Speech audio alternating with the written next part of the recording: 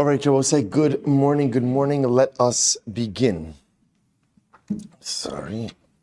Let us begin. Begin by thanking our sponsors for this morning's share, to thank our TALMUD TORAH sponsors for the month of Sivan, to thank Baruch Meir and Rena Dubin for dedicating all the Shimon Yaacov this month in the zchus of refuah sheleimah for their niece Chava Tzipporah bas Chaya Malka, to thank Shmuel and Leba Dinovitz for dedicating shiurim this month in the zchus for the Aliyas for the Neshama of Shmuel's father Harav, Peretz, Avraham, then Harav, Benyamin, Moshe. To thank our week of learning sponsors, Adam and Leslie Rosen, for a refuah and the zchus of a refuah for Esther bas Sarah, and our day of learning sponsor, Lloyd Chazen. This is Mr. Maravich is also here. Baruch Hashem. Today's the Torontonians. Lloyd Chazen, in commemoration of the yahrzeit of his father, Moshe Michel ben Shimon Yaacov, Zichron Libracha. We hope that in the merit of our TALMUD TORAH, all of the Neshama will have an Aliyah, the families in Neshama, and all of those who require a refuah sheleimah should have one together with Kol Cholei Yisroel. Well, so with that, let us begin. A beautiful, beautiful daf ahead of us today. A really interesting daf. Today's daf is Kuf Beis 102, and we are picking up in Meretz Hashem on Kuf Aleph on Beis 101b, and we're picking up at the 2 dots, 2, 4, 6, 8, 10, 11 lines up from the bottom. Amar Rava. Rava says as follows. So let's remember again, yesterday we had the great zechus to begin this new parak, 12th parak of Yevamos mitzvahs chalitza, and it is here that we're really getting into the details, the details regarding the mitzvah of chalitza. So says the Gemara, Amar Rava, tzrichi dayanim lemikvah duchta. When performing chalitza, the dayanim, now as we already established in yesterday's daf, that you don't really need dayanim, right? Ultimately, all you need is 3 people, even hedyotos, even regular individuals.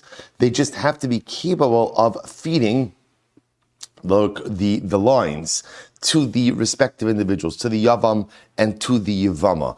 Now, another interesting halacha, which is when performing chalitza, they have to establish a place. In other words, you can't do like pick up chalitza. You can't decide to do chalitza. They have to establish a spot in which chalitza is going to occur. And the mikdash is lemikva duchta. Rashi says l'shem kach. In other words, that there has to be a statement, we're going to perform chalitza in so-and-so location. So the Gemara says, where do we get that from? The chsiv, v'alsa yevimto hashara el hazekenim.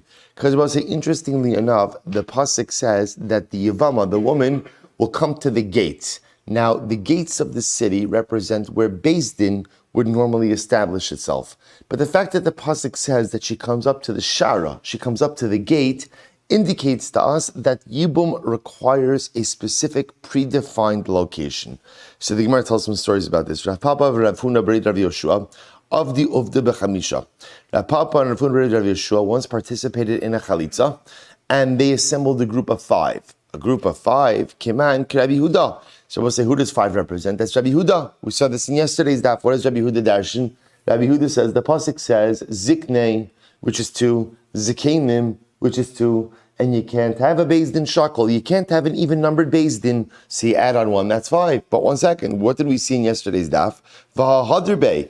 But yet Rabbi Yehuda himself retracted or recanted, right? He went ahead and he backed down from that position, and he actually came around to the position that says you only need 3, not 5. So what's going on over here? Tushimar says, you're right. They really only need 3. So why did they get 5? Lepersume milsa, in order to go ahead and publicize the matter. So we'll say it's actually very interesting. So in other words, that sometimes halacha l'maaseh, you could go ahead and establish a Beis Din, and then you might add on numbers to that Beis Din, not because you need additional numbers, but why? Because you want to be mefarsim. You want the matter to have some level of publicity. Obviously, the more people you have on your Beis Din, the more publicity the matter gets. Good. Ravashi ikla lebei Rav Kahana. Ravashi went to ask Rav Kahana. Amrlei salik mar legabon limaluye bechamisha. So we'll say Ravashi went to the house of Rav Kahana, and Rav Kahana said, "Good, we're so happy you're here. You're going to help us fill out a group of 5 to perform a chalitza." Amr Rav Kahana havakaimna kamed Rav Yehuda va'amrli ta sak lezirza dekani litzaruf bechamisha. Another story. Rav Kahana said, "I was once in front of Rav Yehuda, and Rav Yehuda said to me, come." Go up to the place where there is the bundle of reeds in order to go ahead and help us create a group of 5. Now, there's 2 things happening over here.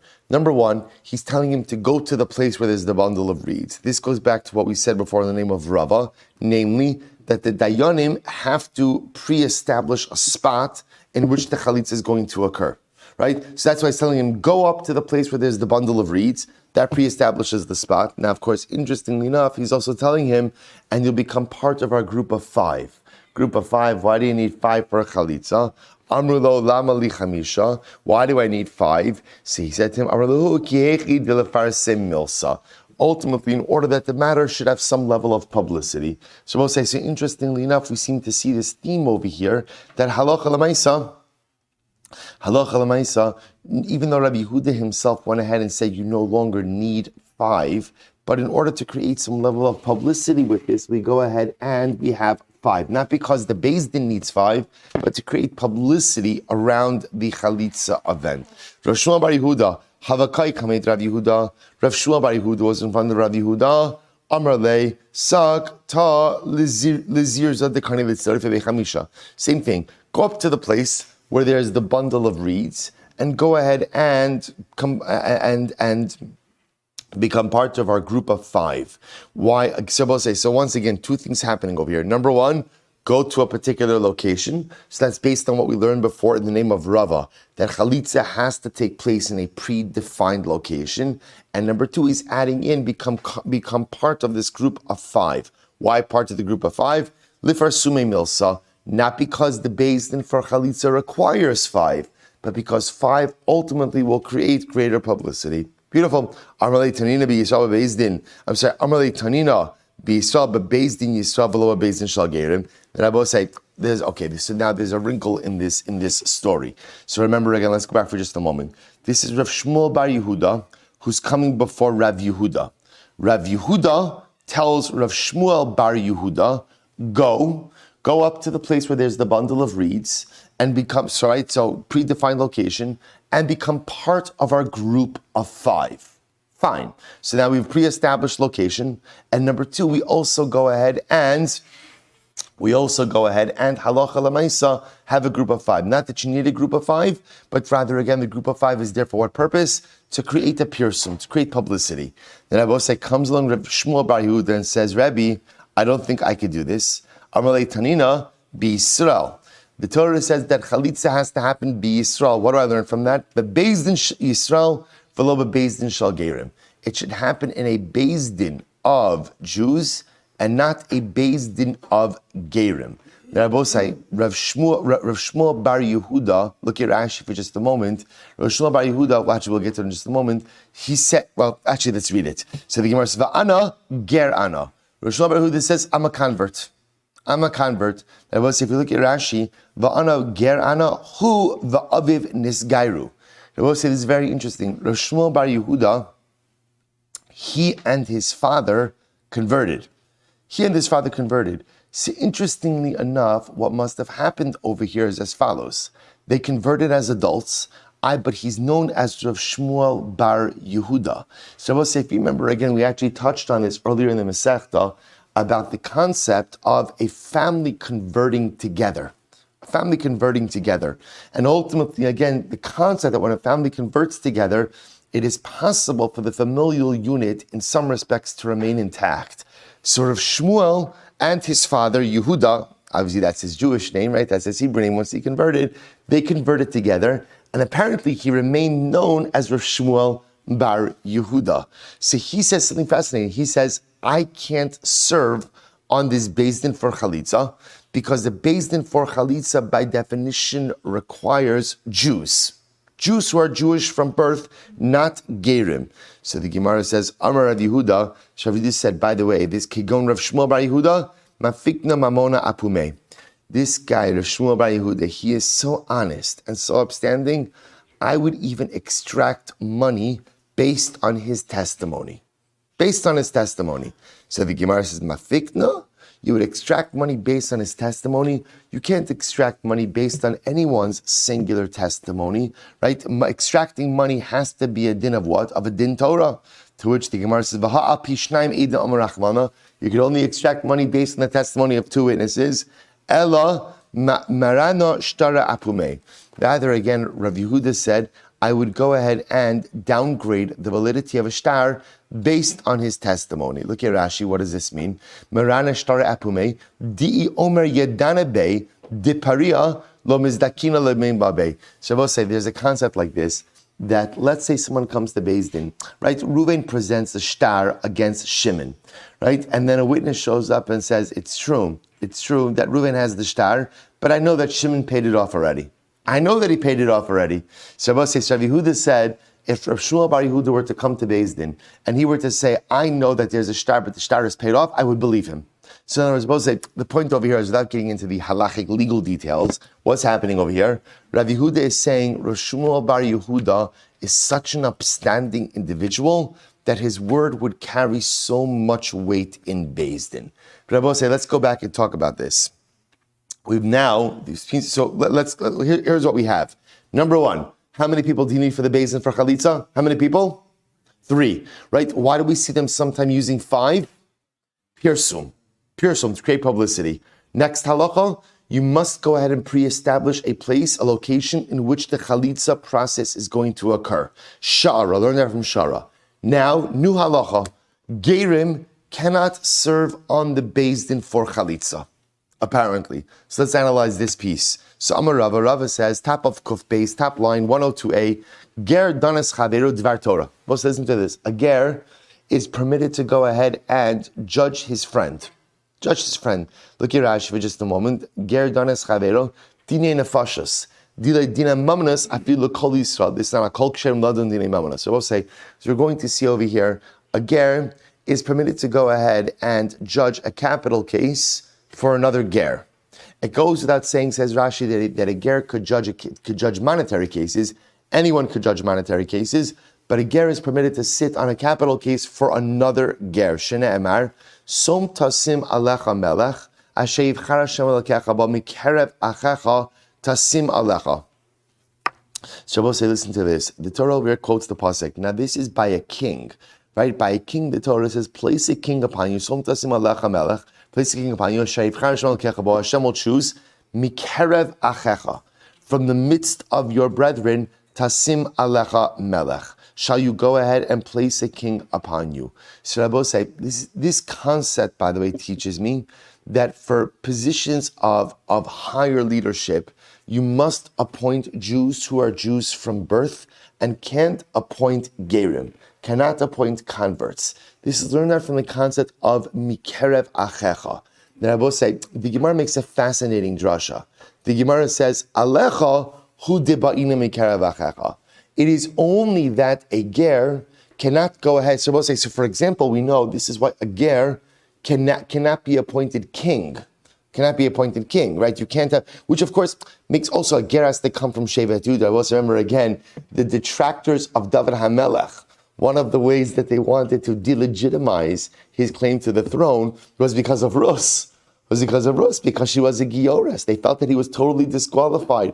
Of course, again, they ignored a lot of other familial information in between Rus and David. But the point over here is that a ger cannot become king. Similarly, again, a ger cannot be a member of the Sanhedrin. That ultimately, again, when there is going to be someone, because again, Rashi points out over here that a dayan, a judge, has the same status as a king. Rashi, if you look at Rashi, Alechu debain on mikerev achecha. So we'll say Rashi says, dayan bichlal melech tesiv melech b'mishpat ya'amid aretz. So the dayan, the judge, has the same status as the king. So Rabbi say, whenever there is someone alecha upon you, your person upon you, either the king or the judge, must have the same genealogical status as you, i.e., Jewish from birth. Now, what that tells you is, however, a ger can serve on a Beis Din over other gerim. So a ger could adjudicate a capital case for other gerim. But for a Jew from birth, anyone who's going to sit in a leadership position on top of a Jew from birth ultimately has to be mikerev achecha, a Jew from birth as well. So the Gemara says, Alecha hu dabaina mikerev achecha, aval ger dan es chavero ger. But one ger is permitted to go ahead and sit in judgment on another ger. Now, I will say a very important qualification.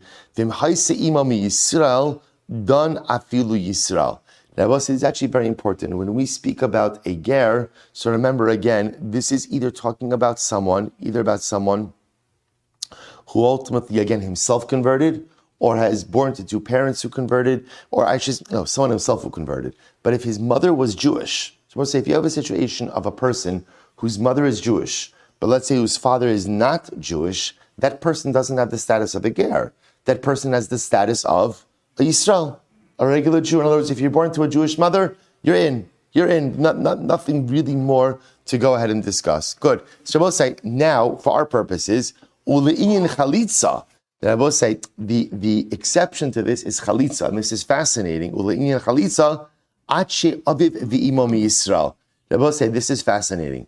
Apparently, the judicial requirements for chalitza are stronger than even the judicial requirements for a capital case. See, for a capital case, we've just established is you can sit on a basin for a capital. Again, for a capital case, if it's a capital case, if the defendant is a ger, then even a ger is permitted to be a judge. If the defendant is a Yisroel, then the judge must be Jewish from birth. Definition of Jewish from birth, born to a Jewish mother.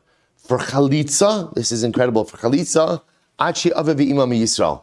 You need to be born to both a Jewish mother and father. Where does that come from? Shene'emar v'nikra shemo b'Yisrael. That I will say. Now what I want to point out is, what is this talking about in the pasuk? This is talking about over here, if you do chalitza. If a man does chalitza with his sister-in-law, v'nikra shmo b'Yisrael, beis chalutz hanal.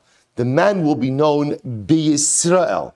Now, I will say the Gemara darshans. What does it mean? He'll be known b'Yisrael. Look at Rashi. Mashma shehei Yisrael mikol tzadin. This is an incredible drasha. So I will say the pasuk says he will be known b'Yisrael. The Gemara is understanding that b'Yisrael means the beis din that is administering the chalitza. The beis din that is administering the chalitza has to be b'Yisrael. What does it mean to be b'Yisrael? B'Yisrael means you are Yisrael from all sides. From all sides. From your mother's side, from your father's side, you are Yisrael on every single side. So incredible. So it turns out, isn't this incredible? So it turns out that the requirements for a beis din for chalitza are actually more intense than the requirements for a beis din for a capital case.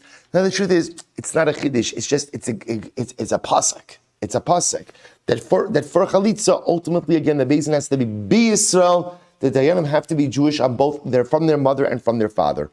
Amar Rabba, Amar Rav Kana, Amar Rav. So I'll say incredible Gemara. Im Yavo Eliyos. So I'll say, so now we're going to transition. We're going to learn anything and everything you ever wanted to know about shoes. Right? So this is, if you're a shoe person, this is your Gemara. So listen to this. Amar Rabba, Amar Rav Kana, Amar Rav. Im Yavo Eliyo, v'yomar choltzim b'minal, shomin lo. Ein choltzim b'sandal, ein shomin lo. So let's listen to this. Rav Kana said the name of Rav. If Eliyahu Hanavi were to come, and he were to tell us today, you could do chalitza with a minal. And I will say, we'll discuss exactly what we're going to do, I will say, is as we go through this sugya, we're going to learn about the details for the shoe for chalitza. There are going to be a number of different details. At the end of the sugya, we'll put the details together and we'll be able to actually see, right? We'll see pictures, ultimately, of what the chalitza shoe itself actually looks like. Now I will say, just so we get our terms correct, we already saw Rashi. Rashi in the Mishnah said, what's a minal? Minal, again, you can translate it as shoe, but Rashi in the Mishnah said, shel orach, this is a shoe of soft leather, ke'ein shalanu, a shoe like ours. Then I will say, when Rashi says a shoe like ours, what does that mean? It means it covers all sides of the foot. That's a minal, for our purposes. Minal means soft leather, covers all sides of the foot. So therefore, again, Rav Kana says the name of Rav Eliyahu, and if he were to come and to tell us he can't do chali, you could do. I'm sorry. If Eliyahu were to come and he were to say you could do chalitza with a minal, and we're going to see a minal is not ideal. But if you could do chalitza with a minal, we would listen to him. Fine. However, if he were to say ein choltzin besandal, that you can't do chalitza with a sandal, ein shomelo, we wouldn't listen to him. Why not? Shekvar nagu ha'am b'sandal, because Klal Yisrael has already been using a sandal. Now I will say, is a very profound Gemara, also about the power of Minhag Yisrael. That when Klal Yisrael does something, and Klal Yisrael has been doing something, for a very long time, ultimately, again, that takes on the power of halach. And I will say, you always have to go ahead and be careful with this, right? It doesn't mean, you know what, I know in my family we've been mechalal Shabbos for generations, right? So again, this is our minhag, this is what we do, this is our mesorah. No, obviously, again, right? So we'll say, so no, but in all seriousness, sometimes people get used to certain types of behaviors, and, that's not obviously what we're referring to over here. We're talking about the idea that something has become ingrained within Klal Yisrael for generations. So again, Klal Yisrael has been using the sandal for generations. So ultimately, even if Eliyahu were to come and to say, we cannot go ahead and use the sandal, we would not listen to him. So Rav Yosef Amar Rav Kana Amar Rav, Im Yavu Eliyahu Yomar Ein Cholzen B'Minal Shomilo. If Eliyahu were to come and he were to say, we don't do chalitza with a minal, Shomilo, we listen to him. So we'll say in Leba of an alternate version. If Eliyahu were to come and were to say, we won't use the minal for chalitza, we would listen to him. However, in cholzin b'sandal, if he were to say we don't do chalitza with a sandal, then in shomelo, then we would not listen to him. Why? Shekvar no gua am b'sandal. Ultimately, again, because Klal Yisrael has already conducted itself to use a sandal. So my beinayu. Ultimately, again, what's the difference between them? Ika beinayu minal lechatchila. Shabbos, what's the difference? In other words, what's the difference in these two versions? Right? The difference in the two versions, Rabbosai, is whether or not a minal can be used lechatchila. You see, everyone agrees the sandal is used. The sandal is used, and the sandal is even used lechatchila, and that's the point. The sandal is so part of the chalitza process that even if Eliyahu were to come and were to say, you can't use the sandal, we wouldn't listen. The shaila is minal. Minal, we use it, and again, in version number one, if Eliyahu were to say use it, we would accept it. In version number two, if Eliyahu were to say stop using it, we would stop using it. So what's the nafkamina between version 1 and version 2? Can a minal be used l'chatchila for chalitza? That's the fundamental shaila, and we'll delve into that. Ulam andam rafil l'chatchila, and according to the opinion that says the minal can be used even l'chatchila, v'hatnan we learned chaltza b'minal chalitza sekshera di'avid in l'chatchila. But if you look at the Mishnah, what does the Mishnah say? The Mishnah says that Allah Chalamayse, if you went ahead and you did chalitza with the minal, your chalitza is kosher. And I will say, what does that lashon seem to indicate? That lashon indicates b'di'avad, right? That if you went ahead and you used a minal b'di'avad, that ultimately it works, but l'chatchila not. To which the Gemara says, no, you can't infer from the Mishnah. Hu adin dafi l'chatchila. In reality, you could even use the minal l'chatchila. Va'aydi debayla misnei seifa ba'an pila chalitza sapsula. But since at the end of the day, the seifa of the Mishnah says that if you used it on pila, but remember again, how do we translate on pila? Socks. That's for now. We'll redefine that a little bit today as well. Since that the seifa said that if you use the ampila, the chalitza is possible. Therefore, dafilu b'di'eved, even b'di'eved, you can't use the socks. Tani nami reisha di'eved. We use the same type of lashon of b'di'eved, ultimately again, by the case of minal as well. So it's really just mishnaic symmetry. But you can't really infer whether or not minal can be used even l'chatchila. To which the Gemara says, "Umina l'chatchila tanahi." In reality, the use of a minal l'chatchila is a machlokes Hashem. So I'll say, just want to point out what we have over here so far is like this: sandal for chalitza. What's the halacha? Sandal for chalitza, l'chatchila. To the point that even if Eliyahu Navi b'chvodo ba'atzmo shows up and says no more sandal, what do we say to Eliyahu Navi? Take a hike, right? I will say, scary part is, could it be that we've already told Eliyahu Navi to take a hike, right? Isn't the scariest thing about Geula is that when Geula presents itself, ultimately, again, we'll be ready to accept it. We'll be ready to embrace it, or we will be so set in our ways that even if Eliyahu Navi is talking to us, we will not listen. But sandal, yes, l'chatchila, right? Let's go on the other side of the spectrum. And pila, socks, everyone agrees, even b'di'eved, no. The interesting point of contention over here is minal. Now the Gemara says minal is a machlokes tanoim. Listen to this.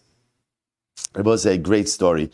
So the Gemara says, Disanya, Rabbi Yossi. Rabbi Yossi said, Pam achos halachti l'netzivin. One time I went to the city of Netzivin, and I will say, Matzasi zakin echad, and I found an old man. Amarti lo, klum atabaki Rabbi Yehuda ben Beseira. Rabbi Yehuda ben Beseira lived in the town of Nitzivin. So Rabbi Yossi shows up in the town. He finds an old man. He says, "Tell me, what do you know about? Do you know any of the halachas of Rabbi Yehuda ben Beseira?" Amar lo hein. The old man said, "Yes." Va'al shulchani hu tadir. And in fact, Rabbi Yehuda ben Beseira used to frequent my table often. Incredible. Klum ra'isa shechalatz b'yevama. So Rabbi Yossi says to the old man, "Tell me, did you ever see Rabbi Yehuda ben Beseira do a chalitza? Right? Did you ever see him do a chalitza?" Amar li ra'isi shechalatz harbe pamim. Sure, I saw chalitzas all the time. I saw a lot of chalitzas. So Rabbi Yossi says, "Tell me, when Rabbi Yehuda did a chalitza b'minal or b'sandal, what shoe did he use? Did he use a minal? Did he use a sandal?" Amar, the old man said to me, "V'chi cholzen b'minal." Incredible. So the old man said, "What kind of question is that? Are you allowed to do chalitza with a minal? Are you allowed to do chalitza with a shoe?" HaTorah amru narav lo minalo. Amar lo imkain mara. So again, so the old man says back to Rabbi Yossi, "You can't do chalitza with a minal." Of course, when Rabbi Yehuda ben Beseira did a chalitza, what did he do a chalitza with? With a sandal. Amarti lo imkain mara Rabbi Meir lo mar chalza b'minal chalitza sekshera.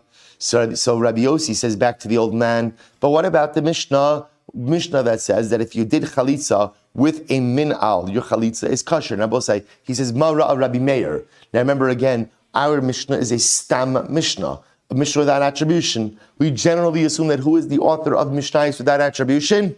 Rabbi Meir. So Rabbi Meir said in a stam Mishnah that if you did chalitza with a minal, the chalitza is kosher. So Rabbi Yaakov Amar Mishmo Cholzin b'minal v'chatchila. And furthermore, again, Rabbi Yaakov even said in his name that as we just said before, from the Mishnah, it sounds like Rabbi Meir is saying you could do chalitza with a minal, but it's only kosher b'diavad. But in fact, Rabbi Yaakov says in the name of Rabbi Meir that it's even l'chatchila. So like we just said before, so why did Rabbi Meir phrase it as only good b'diavad? Why? Mishnaic symmetry, textual symmetry. So Rabbi, what do you see from here? You see it's machlokes tanaim. Rabbi Yehuda ben Beseira would not do a chalitza with a minal. Rabbi Meir, you could do chalitza with a minal. From the Mishnah, it sounds like b'diavad, but Rabbi Yaakov says even l'chatchila. So what's going on over here? So the Gemara says, "Umandam l'chatchila lo my taima." So we have a fundamental machlokes. Can you use a minal or not? So let's talk about this a little bit. The opinion who says that l'chatchila you can't use a minal. What's wrong with the minal? To which the Gemara says, "My taima ilema mishum dahavya pansa me'al va'araksa me'al de me'al." Rabbi say, here's the problem with a minal, right? The pansa, what's the pansa? So Rabbi say, a minal is what we'll call a typical shoe. So what do you have on a typical shoe, right? You have the sole, the sides, and the top. So maybe the problem with a minal is, we'll say, fascinating. You have the pansa. The pansa is the upper section. The upper section of the shoe. That's called me'al. So Rabbi say, just to point out over here what's happening is, the Torah is going to say that the lashon is v'cholza na'alo me'al raglo. She has to remove his shoe from me'al, from upon his foot, which we're going to see means that the removal of the shoe must be a removal of something that is directly upon the foot of the yavam. So watch this. Maybe the problem with the minal is like this. You have the pansa, which is the upper section of the shoe, araksa, and then you have the straps, the laces. And where do the laces sit? On top of the top part of the shoe. So maybe the problem is she's going to have to obviously undo the laces and then take off the shoe. Maybe the fact that she has to undo the laces, and the laces don't sit right on top of the foot. What do the laces sit on top of? On top of the upper section. Maybe that's called me'al de me'al. Maybe that's called something on top of something. TORAH amra me'al. So we'll say incredible. The Torah says the Yevamos has to remove the shoe from on top of the foot. The problem is if you're using a minal, she removes the laces, and the laces are not on top of the foot. What are the laces on top of? The laces are on top of something that is on top of the foot. Incredible. If that's the case, okay, I hear that. I hear that. I'll say, by the way, just isn't it absolutely incredible? What a musar, we think to ourselves, really, just take off the shoe. Just take off the shoe. Let's move on with our lives. Right? I'll say, sometimes, the phrase goes, the devil is in the details. It's not the devil in the details. It's the Ribono Shel Olam in the details. Life is all about the details. People like to say, I'm like a big picture person. I have yet to meet a fully successful big picture person, right? Any big picture person who's not mired in details, or at least doesn't have a staff of people who are mired in details, right? Can't be successful. Life is all about the details. So Rabbi say, this is it. It's a detail. The Torah says, me'al. So what does me'al mean? Me'al means from on the foot. So maybe the problem is if you're using a minal, you're removing laces which are not on top of the foot. They're on top of something that's on top of the foot. If that's the case, I hear it, but it makes perfect sense. But if that's the case, I feel di'eved namilo. If that's the case, I will say then even b'di'eved, a minal shouldn't work. To which the Gezerah says, I feel di'eved namilo. To which the Gemara says, you're right. That's not the problem. What's the problem with a minal? Gezerah mishum minal merufat. So I will say the problem over here now is because ultimately, again, of a minal merufat. Rashi says merufat, it's almost right across. Mevuka karua milamala. Dechevan dirachich afagav dekarua miyasiv le akare. So I will say the issue over here is because of a torn minal. Iachi mishum chatzi minal. The other possibility is because if a person is wearing a half a minal, which I will say is ultimately, again, only covers half of the foot. Amarav, ilav dechamise lechavive, dechalatz besandal deisle shinsin, analo havi chalitzna ela besandala detaya demahadik tvei. So Rav says, had I not seen my uncle go ahead and perform a chalitza with a sandal that has straps, so we'll say, now this is back to a sandal for just a moment, I would have only used the sandal that the Arab merchants wear. What type of sandal do the Arab merchants wear? Demahadik tvei. It's a very snug fit. In other words, it doesn't rely on laces to really go ahead and lace it up. It's a very snug fit.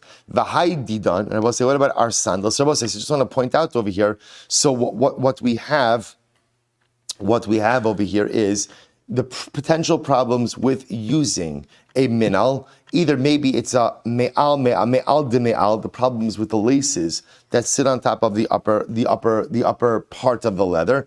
Other possibility is a concern that you may come to use a torn minal. We're going to come back to that in just a moment. Another possibility is you may come to use an ill-fitting minal. Now both say we're transitioning back to a sandal. So you have Rav who comes along and says, even with a sandal, I would have preferably not used the sandal that relied on straps. I would have used the sandal that ultimately is tight-fitting. V'hai didan, our sandal, afagav de ispechamarta, even though again our sandals have a knot, katrinan be misna kihechi de tehavi chalitza sama'al yasa. We still both say, so now this is a fascinating detail. It's very interesting. If you look at Rashi says over here, afagav de ispechamarta, Kesher kasher al svasavu ma'amido shelo yetze min haregel afilochi b'shas chalitza katrinan be misna kechi detesihi v'tishrei avadot hachos. We'll say we're going to see something fascinating. So let me translate the words and then we'll explain what this is. So the Gemara says as follows. So Rav says that ultimately again our sandals, even though they have a knot, then I will say the sandal that he's referring to over here must have had one knot at the opening to keep the sandal was a snugger fit, right? The leather was a snugger fit, and there was one knot to keep the sandal on the leg, on the foot. What we're going to see is for chalitza, we are makbid to use a sandal that has a strap, and a strap that actually fastens the sandal to the leg itself. And so we're going to see why we need to use that. All of that is based on the fact that the Torah, when describing the chalitza process, says that the chalitza goes ahead and v'chalza na'al me'al raglo. She's taking off. So again, we're going to dash it, but we're going to see that we're building up our shoe construct. So far what we're seeing is the ideal is to use what? Sandal. Now we're going to see, well, it's not just any sandal, but it's also a sandal with straps. where those straps have to go, we're going to develop in Miras Hashem. Let's go back there. Amar Rav Yehuda Amar Rav, Hataras Yevama L'Shuk B'Shmitas Rov HaEkev. So what's interesting? When does the actual event of chalitza occur? I will say, at what point in time of shoe removal is she considered to be a chalutza? So Rav Yehuda says in the name of Rav, the moment that the majority of the heel is revealed, so the moment that the majority of the shoe is removed from the heel, at that moment, she is a chalutza. Meisvei, is that true? Husru ritzuos minal the sandal, right? Ultimately, once you remove the straps of the minal of the shore of the sandal, oshe shamat rov haregel, or the majority of the foot is removed, chalitza sapsula. Ultimately, and the chalitza is puzzle. Taima de shamatu. Now, the reason I will say why the chalitza is puzzle, why? Because he removed the majority of his foot. Hasham tehi, but if she removed it, chalitza sekshera. The chalitza would be kosher. Then I will say, what's important for us over here? Rov haregel in. When is chalitza kosher according to the brayso? When the majority of the foot, right? Rov ha'ekev lo, the majority of the heel, not so. To which the Gemara said, conscious we just said before, lo, the Gemara says, hainu rov haregel, hainu rov ha'ekev. It's the same thing. Majority of the foot, it means the majority of the heel. I ba'amai karle rov haregel. Why do you call the majority of the heel the majority of the foot? Because ultimately, again, the majority of the weight of the foot, of the body, rests itself on the heel. So I will say, very important halacha l'maisa. At what point in time is chalitza complete? When the majority of the heel has been removed from the shoe. Good. So the Gemara goes weiter. What's a very interesting case. Whether he untied the shoes and she removed it, or she untied the shoes and he removed his foot, chalitza sapsula. The chalitza is puzzle. Ad sheyatir he v'tashmeti. I will say the only time that chalitza is kosher is when she has to untie, she has to remove the shoe. The woman must drive. The Yevama must drive the chalitza process. She has to untie and she has to remove. So by Rabbi Yanai, listen to this. Rabbi say, Karasu ma'u, sarafsu ma'u. So what's the interesting case? What happens if she tore the shoe off? She tore the shoe off. Or she burned the shoe off. That's an interesting one. Right? She burnt the shoe off, right? In other words, mission accomplished. The shoe is off his foot. He might not have a foot either, right? The shoe is off the foot. But Lamaisa, she did it in a different kind of way. So she tore the shoe off, she burnt the shoe off, right? What's the halacha? Mao, gilui karaba'inava'iga. So do we need the foot revealed, right? We need the foot uncovered, the foot revealed, and the mission accomplished, right? Odilma, chalitza ba'inan v'laka. Or maybe not. I will say maybe the process of chalitza is dafka, not just the revealing of the heel, but also what? The actual removal of a shoe. So I'll say, which one is it? Which the Gemara says, teku. We're not sure. We'll say it's a fundamental shaila, right? Is the chalitza the bearing of the heel, or is the chalitza the removal of the shoe? Or I will say there's a third possibility, which is what? It's both. So the Gemara says teiko. We're not sure. Okay. So the Gemara goes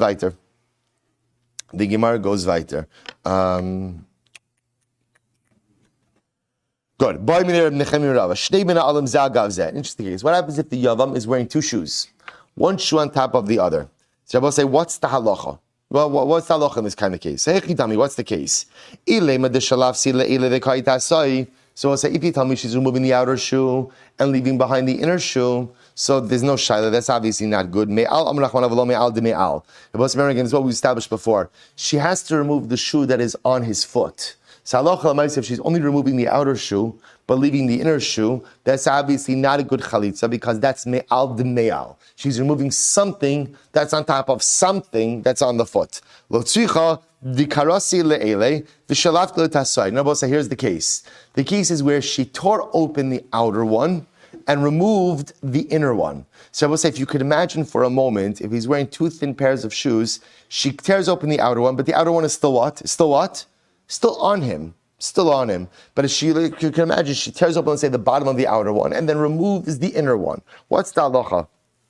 V'kai iloi. My chalitza b'navayiga. So do we say, listen, we require the removal of the inner shoe, and she's done that.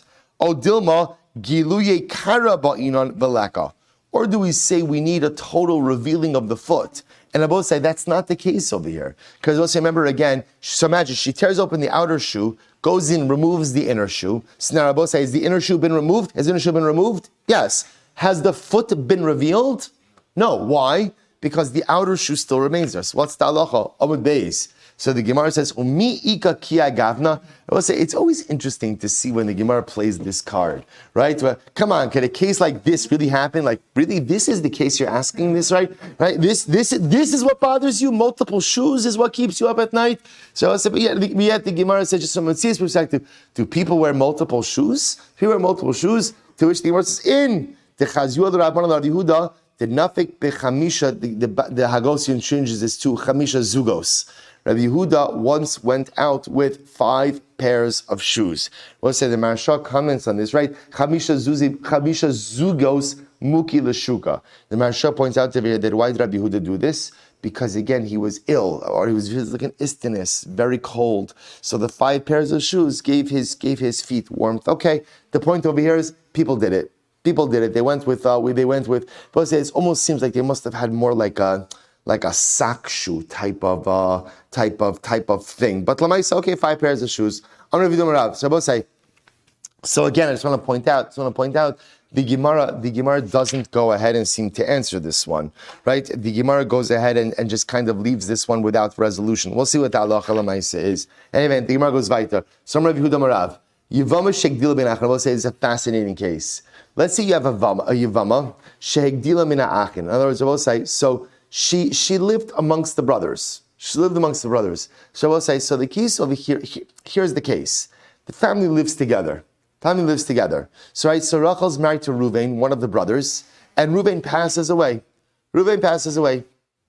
So now what happens? They're all living in the house together. So Yivam Shegdila ben Achin, Muteres li Naseh me'echa ben Achin. She's still allowed to do Yibum. Okay, right? What's the Chiddush? Listen to this. Vein Choshishin Shemachaltza Sandal le'echad min ha'achin. Now let's say this is fascinating. You see, they're all living in the same house, right? They're a close-knit family. So you might have thought maybe kind of what happened over the course of time, right? So Rachel's married to Reuven. Reuven passed away. Everyone's living in the same house. Everyone's close. Maybe I should be choshesh that what? One time, one of the brothers came home, right? He was exhausted. And maybe what did Rachel help him do? What did she help him do? She helped him take off his shoes. Okay, it's called chesed. It's also called chalitza, right? So maybe we should be concerned that we shouldn't allow her to do chalitza because maybe, again, it's a tight-knit family. Maybe she helped one of the brothers take off a shoe. To which the Gemara says, then, so we'll say the Gemara says, Taima delo chazinon. Now, the reason for this is because we've never seen her take off the shoe of one of the brothers. Ha chazinon, but I will say if we were to see her take off the shoe, let's say we're watching, right? We see they're in the house, right? Ultimately, you must say, by the way, you could even imagine where this could happen, right? You could imagine. I'll tell you. I'll paint the picture for you. Rachel's married to Reuven. Reuven dies. They're getting ready for the levaya, right? I will say they're taking off their leather shoes, right? I mean, you can wear leather shoes to a levaya, but they're taking off their leather shoes. Rachel helps one of the brothers take off his shoes. We just saw her take off the shoes of one of the brothers. So says the Gemara, the only reason we don't have to be choshesh for it is because we didn't see it. But if we were to see it, ha-chazinon chayshinon. Really? Even then, why should we be concerned for chalitza? After all, the hot time we learned, bein shenis kavein hu v'lonis kavnehi. If he had kavana for chalitza, but she didn't, bein shenis kavnehi v'lonis kavein hu, or she had kavana and he didn't, chalitza sa psula, ad sheis kavnu shneim ke'echad. Now we'll say, by the way, chalitza requires kavanah. Kavanah on whose part? On both the yavam and the yavama. Both of them require chalitza. So I will say, if chalitza, in other words, if there is the removal of a shoe, but lamaisa, no kavanah, that's not chalitza. So I will say, even going back to our case, where let's say again, they're getting ready for the levaya, you see her taking off the shoe of one of the brothers. Is that chalitza? Absolutely not. So what's the problem over here? To which the Gemara says, Hakam, what it means to say, Af agav de chazinon ein choshishin shema kivnu. Now, what we're meant to say is like this. Even if you saw her taking off the shoe of one of the brothers, we're not choshesh that they had kavanah for chalitza. That's the Chiddush Rabosai, which is pretty amazing. So even if you saw her, mamish taking off the shoes of one of the brothers, we're not choshesh for chalitza. Vikidamri, others say, taima delo chazinon. The reason we're not choshesh is because we didn't see. In other words, if you don't see her taking, even though they're all living in the house together, if you don't see her taking off the shoe of one of the brothers, you need not be choshesh that shoe removal took place. Ha chazinon chosheshin. But I will say, if we were to see it, I will say, if we were to see her taking off the shoes of one of the brothers, we would be choshesh that maybe that's a chalitza. The Gemara says, the katanya by kavana. But what about the fact that we just said that chalitza requires kavana? I will say, this is incredible. Hanimili lishtari la'alma. When does chalitza require kavana on the part of all parties involved? That's to allow her to marry into the general population. Aval la'achin mifsala. But to the brothers, she could become pasul or psula even without a bona fide chalitza. Both say this is dramatically, rivetingly amazing. We just learned something fascinatingly new, which is, I will say, there's tzvei dinin by chalitza. There's two concepts, there's two levels of chalitza. There's chalitza that allows her to marry into the general population, and then there's chalitza that ultimately, again, passes her from marrying the brothers. And it's tzvei dinin, it's two different levels of chalitza. Chalitza that allows you to marry into the general population. What type of chalitza is that? What type of chalitza is that? What type of chalitza is that? That's chalitza that has kavana on the part of all parties. That's a chalitza ultimately, again, where she has kavana, where he has kavana. That's chalitza that allows you to marry into the general population.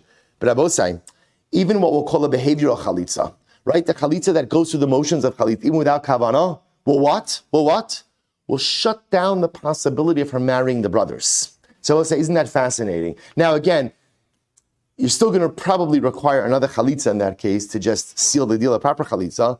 But lamaisa, once there is something that looks like chalitza with their brothers, yibum is off the table. Yibum is off the table. So we'll say, so literally again, so watch this. So like if you have this situation where they're getting ready for the levaya, and Rachel goes over to Shimon, one of the brothers, right, helps him take off his shoes. They will say, what's the halacha in that moment? What's the halacha? And we see it. What's the halacha? Done. The door to Yibum is shut. No Yibum. No Yibum. And ultimately, she can no longer marry any of the brothers. Can she marry into the general population pool? No. That we're still going to require. Isn't that incredible? Absolutely incredible. I'm going to do Rav. So we'll say back to sandal. Sandal atavra bepishta in cholzin bo. We'll say if you have a sandal, this is actually very interesting, that is sewn with linen, you can't use it for chalitza. Then I will say, now what does it mean that the sandal is sewn with linen? Take a look at Rashi. Shetafar besocho beged pishtan ke'ein shetafar besocho levadin lishnachrina atavra bepishtan shetafar b'mishicha. I will say two possibilities. Either it's a shoe with a linen lining, or more simpler, right? Or more simply put, halacha l'maisa what? It's a shoe that has linen stitching. A shoe that has linen stitching. Okay, fine. What's the halacha? Doesn't work. Either way, you can't go ahead and use it for chalitza. Why not? Shneimar v'ana alcha tachash. So both say the Gemara quotes the pasuk of Yecheskel, and the pasuk of Yecheskel says v'ana leich tachash. I will literally shoe you. I don't know if that's the right verb, right? I will put you in a shoe of tachash. I will say, what's tachash? By the way, tachash, amazing of the Gemara Masech Shabbos, we saw tachash. Tachash was the miraculous animal that HaKadosh Baruch Hu created for the midbar, that whose skin was used for the curtains for the roof of the Mishkan. The idea over here is, what's a shoe? What's a shoe? A shoe is a shoe that is made from leather. If it's not made from leather, it's not a shoe. And by the way, not only that, if it's made from additional items than leather, it's also not called a shoe. So therefore, again, if you use linen stitching, it doesn't work. Doesn't work. I'll say, so I'll take it a step further. Maybe you could only use a shoe of tachash leather. Now, both say that's going to be a problem, because the truth is the tachash animal no longer exists. But at least we'll say tachash means an animal skin. Maybe you could only use a tachash shoe, to which the Gemara says nothing else, to which the Gemara says nal riba. No, the pasuk says nal, and nal comes to teach you all kinds of shoes. Nal riba afilu komili. If that's the case, then again, maybe nal comes to include all kinds of shoes, even with linen stitching or linen inserts, to which the Gemara says imkein tachash maya hanile. If that's the case, then what good is tachash? Fine. So I will say, who shall are? utrisosiov shall seyar mau. Interesting case. What happens if you have a shoe that's made of leather, but its laces are made of hair, made of animal hair? So I'll say, so the shoe is made of leather, but ultimately, again, the laces are made of hair. Mau, Amrle, Milo Karina Be Vanalach Tachash. That works, because Rabbi will say, what does Vanalech Tachash means? The shoe has to come from the Tachash, which means what? The shoe has to come from an animal. Well, guess what? The hair comes from an animal also. That's good enough. Ihachi, Kula Seyar Nami. If that's the case, what happens if you have a shoe totally made of animal hair? Maybe that should work as well. Hahu Karkar Mikri. That's not called the minal, that's called the karkar. Apparently they used to make a type of shoe that was made out of animal hair, but that's not called the minal, that's not called the shoe, that's called the karkar. Okay, Amir Kana Shmuel, Mimai Dahai Bechalzanalo Min Al Raglo Mishlafu. Now this is an incredible sugya. Both say all of this is based on the phrase v'chalza. Right, so both say, so the pasuk is v'niga shivim to Allah le'eni azakin v'chalza na'alo me'al raglo. Now both say, how do we translate v'chalza? How do we translate v'chalza? She will remove the shoe from his foot. She'll remove the shoe. That's v'chalza. She'll remove the shoe from his foot. So both say, get ready for this. Get ready. This is gonna blow your mind. V'chalza na'alo me'al raglo mishlafu. Now both says, what does v'chalza mean? What does v'chalza mean? She'll remove. Because where else do we see this lashon? Tsaras habayis. The home is stricken with tsaras, or at least what looks like tsaras. So what's the halacha? What do you do? V'chiltzu es ha'avonim. What does v'chiltzu es ha'avonim mean? What does that mean? What does that mean? You'll remove the stones. So you see, a lashon of v'cholza is a lashon of removal. A lashon of removal. So the Gemara will say, get ready for this. Ve'ima zaruzihu. Maybe not. Maybe v'cholza doesn't mean removal. Maybe cholza's lashon zaruze. Now, both say, look at Rashi. Zaruzehu shenot losa me'al gabe karka uman ilasa beraglo. Now, both say, get ready for this. Maybe v'cholza nalo doesn't mean take off his shoe. Maybe v'cholza nalo means what? Put on his shoe. Put on his shoe. So the Gemara says, where would I see this from? Dichsiv, Hechaltzu me'itchem anoshim latzava. Because they will say, what does the pasuk says? What does the pasuk say? Hechaltzu me'itchem. They will say, what does that mean? Hechaltzu me'itchem anoshim latzava. What does that mean? They will say, in this lashon, Hechaltzu means strengthen. Strengthen. Add people from your ranks to the army. I will say, before we go on, I just want to tell you an incredible Musar Haskell in this. Do you understand what just happened over here? You understand what just happened over here? If you were 3 more cups of coffee into your day, you would be falling off your chair with this Gemara. Why? I will say, understand what the Gemara just did. The Gemara just taught us the concept of having a paradigm shift. Right? What does it mean to have a paradigm shift? Right? You look at the world a certain way. Look at the world a certain way. And a paradigm shift means just because I look at the world a certain way, I sometimes have to learn to look at the world in a dramatically different way. For my entire life, I've been looking at the pasuk of V'cholza na'alo, and it's a davar pashut that v'cholza na'alo means what? Means what? Remove the shoe. The Gemara says, by the way, maybe it means put the shoe on. It means put the shoe on. Now, both say, I just want to point out, that's not going to be the maskana. We know already. It's a little bit anticlimactic. We know how this ends. But the Moshe will say, the exercise is so profound because the exercise requires you to see things from, at least for a couple of lines of Gemara, from a totally different perspective. And this is how Chazal condition us to the concept of a paradigm shift. Because in life, if you can't see things from different vantage points, and if you can't see things from different perspectives, you become locked in your ways and fundamentally unable to grow.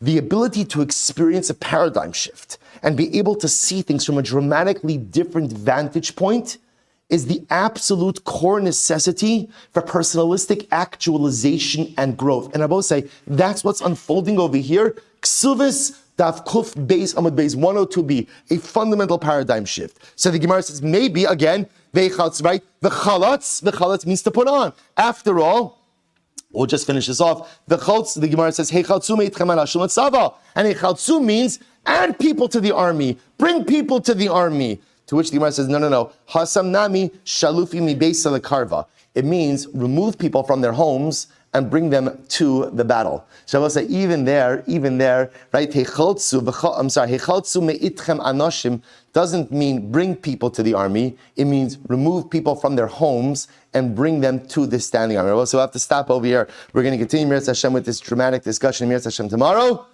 Shkoyach.